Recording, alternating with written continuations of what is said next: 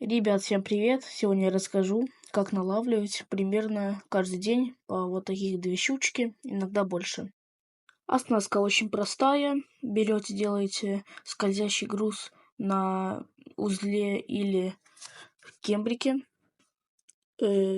Цепляете крючок за узел, который вам больше нравится, и ловите без поводка. Щука не замечает леску и сразу берет живца.